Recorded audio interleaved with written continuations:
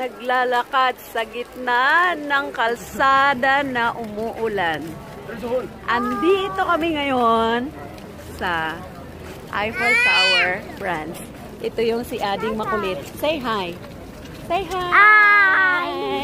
Hello. Hello, Adi. Kaya, oh, okay lang kahit umuulan. Solid naman ang bakasyon. Oh, kakasip po na nga eh. Yan yung Eiffel Tower, oh.